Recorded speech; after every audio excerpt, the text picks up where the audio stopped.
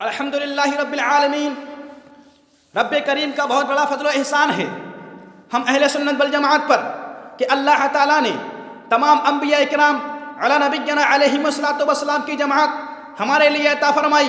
تمام رسولان اعظام کی جماعت ہمارے لیے عطا فرمائی، تمام صحابہ اکرام کی جماعت ہمارے لیے عطا فرمائی، تمام تابعین اکرام کی جماعت ہمارے لیے عطا فرمائی، تمام تبع تابعین ہمارے لیے عطا کیے گئے، ائمہ مجتہدین ہمارے لیے عطا کیے گئے، ائمہ طریقت ہمارے لیے عطا کیے گئے، اقواس ہم میں ہیں، ابدال ہم میں ہیں، اوتاد ہم میں ہیں، نجبا ہم میں ہیں، صلحاء ہم میں ہیں، اتقیاء ہم میں ہیں، اور الحمدللہ رب العالمین ابرار بھی ہم میں ہیں، نیکوکار بھی ہم میں ہیں۔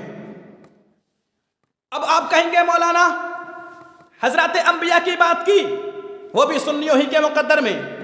حضرات صحابہ کی بات کی وہ بھی سنیوں ہی کے مقدر میں، حضرات تابعین کی بات کی وہ بھی سنیوں ہی کے مقدر میں، تو آئیے میں کہتا ہوں اللہ تعالیٰ قرآن کریم میں ارشاد فرماتا ہے یا ایھا الذین آمنوا اتقوا اللہ وکونوا مع الصادقین، اے ایمان والو اللہ سے ڈرو اور سچوں کے ساتھ ہو جاؤ۔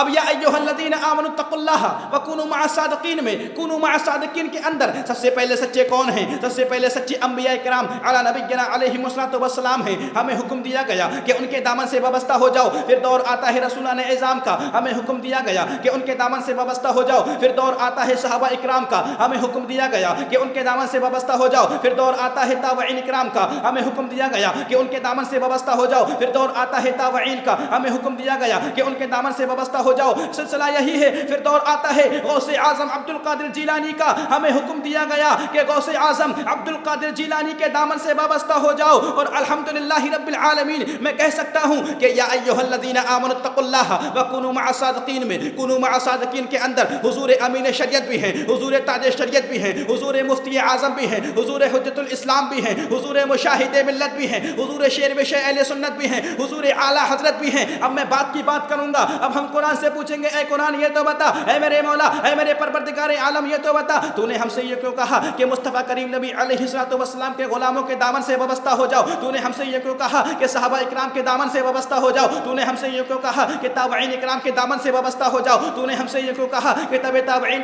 کے دامن سے وابستہ ہو جاؤ؟ تو نے ہم سے یہ کیوں کہا کہ غوث اعظم عبد القادر جیلانی رضی اللہ تعالیٰ عنہ کے دامن سے وابستہ ہو جاؤ؟ تو قرآن دوسری جگہ آیت کریمہ میں ارشاد فرماتا ہے یوم ندعو کل اناس بامامہم، ہم ہر گروہ کو، ہر جماعت کو اس کے امام کے ساتھ قیامت کے دن بلائیں گے۔ تو میں بھائیوں اور ان دیوبندیوں سے کہنا چاہتا ہوں تمہیں تمہارا اسماعیل دہلوی مبارک ہو، ہمیں ہمارا شیخ عبدالحق محدث دہلوی مبارک ہو، اور تمہیں تمہارا نواب صدیق حسن بھوپالی مبارک ہو، ہمیں الحمدللہ عبد القادر جیلانی مبارک ہو۔